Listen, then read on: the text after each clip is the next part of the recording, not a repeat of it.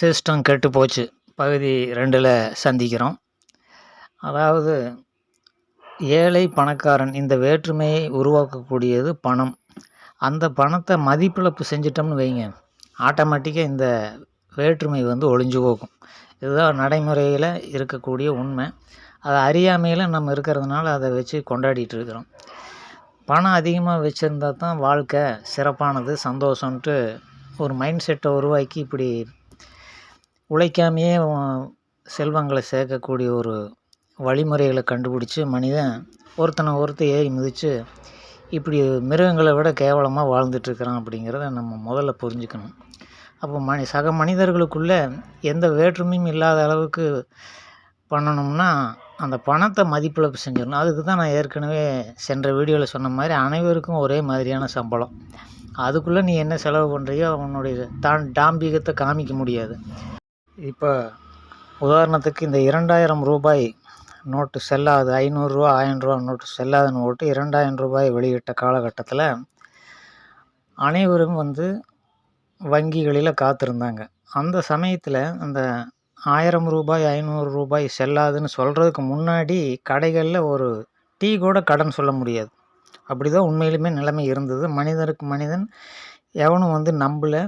எந்த ஒரு அந்யோன்யமான ஒரு மனிதத்தன்மை அப்படிங்கிறது யாருக்கிட்டையுமே இல்லாமல் இருந்தது. இந்த 2000 ரூபாய் வருவதற்கு, அதாவது இந்த 1000 500 செல்லாதுன்னு அறிவித்த பிறகு சரி பணம் இப்போ நிஜமாலுமே இல்லை அப்படிங்கிறத இது உறுதிப்படுத்துறதுனால அனைவருக்கும் கடன்லாம் கொடுக்க ஆரம்பித்தாங்க. டீ முதற்கொண்டு பெரிய நிறுவனங்களிலும் கூட இந்த பொருட்கள் வாங்குவது கூட கடன் கொடுத்தாங்க. அப்படி மனித நேயம் அந்த சமயத்தில் வளர்ந்ததுங்கிறது யாரும் மறுக்க முடியாது. எல்லாருமே அனுபவப்பட்டிருப்பீங்க. அந்த சிரமங்களிலும் கூட மற்றவங்க மனிதர்கள் உங்களுக்கு உதவி செஞ்சுருப்பாங்க. கொஞ்சம் ரீவைண்ட் பண்ணி பாருங்கள். அப்போ பணம் அந்த இடத்துல முக்கியம் இல்லை. மனிதாபிமானம் அந்த உயிர் வாழ்க்கைக்கு தேவையானது தான் உண்மையிலுமே அவசியங்கிற அந்த டைமில் எல்லாருமே புரிஞ்சு நடந்துக்கிட்டாங்க. அதுக்கு பிறகு இந்த 2000 ரூபாய் அப்புறம் அது நார்மலான பிறகு பழையபடி இந்த மனிதத்தன்மைங்கிறது போயிடுச்சு. அப்போ இதிலேருந்து என்ன தெரியுது? பணத்தினால தான் மனிதர்கள் வேறுபடுகிறார்கள் அப்படிங்கிறது மனவியல் ரீதியாக நம்ம சிந்தித்து பார்க்கும்போது அது உண்மைங்கிறது நமக்கு புரியுது. இதற்கு பிறகு கொரோனா மூலம் நமக்கு காலம் அறிவுறுத்துச்சு. ஆனால் எவன் மண்டையிலையுமே அது விஷயம் ஏறவே இல்லை. இவ்வளோ தூரம் 2 விஷயங்களில் நம்ம அனுபவப்பட்டும் கூட அடுத்த நொடியை மறந்துட்டு பழைய இந்த பொருளாதாரத்தை அடிப்படையாக வச்ச ஒரு கேணத்தனமான வாழ்க்கையை முன்னெடுத்து போயிட்டுருக்கோம். அதாவது கோடீஸ்வரனாக இருந்திருந்தாலும் சரி, ஒரு வீதியில் அன்றாடம் உணவுக்காக கஷ்டப்பட்ட ஒரு ஏழையாக இருந்திருந்தாலும் 2 பேரும் கொரோனாவில் பாதிக்கப்பட்டு இறக்கும் பொழுது 2 பேர்த்தையும் உற்றார் உறவினர் கண்ணில் காட்டாமல் ஒரே குழியில் போட்டு பிளாஸ்டிக் பேப்பரில் மூட்டை கட்டி போட்டு புதைச்சாங்க இறந்தவங்கள. இதை நம்ம பார்த்துட்டு இருந்தவங்களுக்கு கொஞ்சமாவது அறிவு வேணுமே இல்லையா? கோடிக்கணக்கில் பணம் வச்சுருந்தவனுக்கும் ஒன்றுமே இல்லாதவனுக்கும் சமமான ஒரு வாழ்க்கை அமைப்பு முடிவு தான் கிடச்சிது அப்படிங்கிறத கண்ணு முன்னாடி பார்த்த பிறகு கூட இன்னும் அதை வச்சுக்கிட்டு கோலாகலமாக வாழ்கிறத நினச்சிக்கிட்டு தன்னைத்தானே ஏமாற்றிக்கிட்டு மெண்டல்தனமாக மற்றவனுடைய அந்த வறுமையை சற்றும் புரிஞ்சிக்காமல் வாழ்ந்துட்டுருக்குறோம். அதே போல் இந்த கொரோனா காலங்களில் எந்த விதமான டாம்பிகம் இல்லாமல் ஒரு 4-5 பேர் 10 பேர் அதிகபட்சம் 15 பேர் என்னமோ அனுமதி கொடுத்தாங்க. அவங்கெல்லாம் சேர்ந்து தான் திருமணம் பண்ணணும் அப்படின்ட்டு. அப்போல்லாம் அந்த டாம்பிகத்தெல்லாம் காமிக்காமல் திருமணம் செஞ்சவங்கெல்லாம் இன்றைக்கி என்ன கெட்டாக போயிட்டாங்க. அந்த நிகழ்வு முடிஞ்சோடனே கொஞ்சம் நல்லானோடனே இப்போ பார்த்தீங்கன்னா, இப்போ ஒரு சமீபத்தில் இந்த அவனாசிலையும் கூட ஒரு பெண்ணு செத்து போச்சு. திருமணத்துக்கு 2 கோடி செலவு ஒன்றுன்னு பெருமையாக பிணத்தை வச்சுட்டு அதை சொல்லிகிட்டு இருக்கிறான் அவன். அப்படிங்கும்போது இவங்கெல்லாம் என்ன காலங்கள் அறிவுறுத்தினாலும் திருந்த மாட்டாங்க, 2 கால் மிருகங்களாக இருக்கிறாங்க அப்படிங்கிறத நம்ம தான் புரிஞ்சுக்கணும். அதனால் இந்த ஏழை பணக்காரன் அப்படிங்கிற நினைப்பே ஒரு மனநோய் தான். அதனால் மனநோயை அவ்வளோ சீக்கிரம் அதை தெளிவுபடுத்த முடியாதுங்கிறதுனால தான் அது தொடர்ந்து பரம்பரை அதை அப்படியே இயங்கிட்டு வருது அப்படிங்கிறத நம்ம புரிஞ்சுக்கணும். அந்த கொரோனா காலத்தில் எல்லாருமே சரிசமமாக இருக்கும் பொழுது மற்ற காலத்தில் ஏன் இருக்க முடியாதுங்கிற ஒரு கேள்வி எல்லோரும் எழுப்பி பார்க்கணும். அதேபோல் பண மதிப்பீடு செய்யப்பட்ட காலத்தில் அனைவரும் சமமாக தான் இருந்தோம். அப்போ கோடீஸ்வரனுக்கும் மதிப்பில்லை, ஏழையும் ஒன்றும் கெட்டு போயிடல.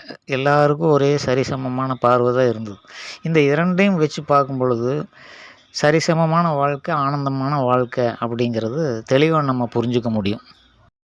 தன்னிடம் பணம் இல்லைங்கிறனால தான் ஒரு ஏழையாக இருக்கிறவன் தன்னை ஏழையாக நினச்சிக்கிட்டு தனக்கு தானே பரிதாபப்பட்டுட்டு பணம் இல்லையேன்னு கவலைப்பட்டுட்டு இருக்கிறான். அதே கொஞ்சம் அதிகமாக உழைப்பில்லாமல் அடுத்தவங்களுடைய உழைப்பையெல்லாம் சேர்த்து வச்சுருக்கிறவன் என்னமோ வானத்துலேருந்து குதிச்ச மாதிரியும் பெரிய பணக்காரனாக தன்னை நினச்சிக்கிட்டு, அது ஒரு மனோவியாதி தான்.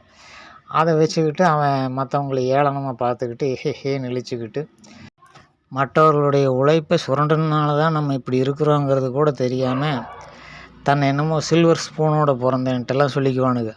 பூரா மெண்டல் பயலுக. அப்புறம் அவங்களுக்கு என்ன புத்திமதி சொல்ல முடியும்? இதுபோல் சட்டத்தின் மூலமாக சரிசமப்படுத்திட்டோம்னா, நம்மளும் மனிதர் தான், சாதாரணமான எல்லாரும் ஒரே மாதிரி தான், நம்ம மனிதர்கள் தான் அப்படிங்கிறது அவங்களுக்கு உணர்வு வரும்.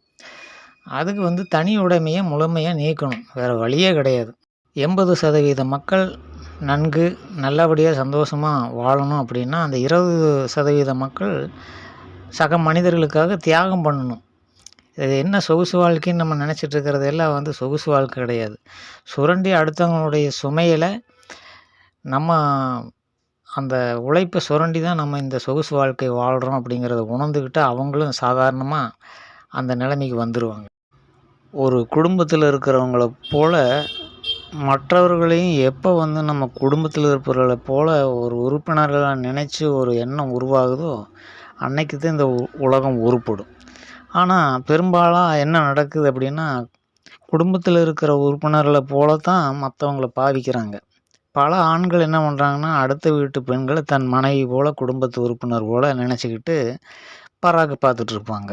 அதே போல் பெண்கள் அதே போல் கொஞ்சம் வசதியான ஆண்கள் இருந்தாலோ, கொஞ்சம் மனதுக்கு பிடித்தமான ஆண்கள் என்ன நினச்சிட்டு தன் கணவன் இடத்துல வச்சு பார்ப்பாங்க. இப்படியெல்லாம் கூறுகிட்ட ஜென்மங்களாக இருக்கிறத நான் சொல்லலை. குடும்பம்னா நம் குழந்தைகள் எவ்வளோ வேணாலும் நம்ம வீட்டில் சுதந்திரமாகவும் உரிமையாகவும் இருக்கிறது போல் உலகத்தை குழந்தைகள் நம்மளுடைய குழந்தைகளை போல் மற்றவங்கள பார்க்கணும் அப்படிங்கிறத நான் சொல்லக்கூடிய நோக்கம். அப்படி இருந்ததுன்னா இந்த வேற்றுமையெல்லாம் மறைந்து மனித இனம் அப்படி ஒரு சூப்பரான நிலைமைக்கு போயிடும்.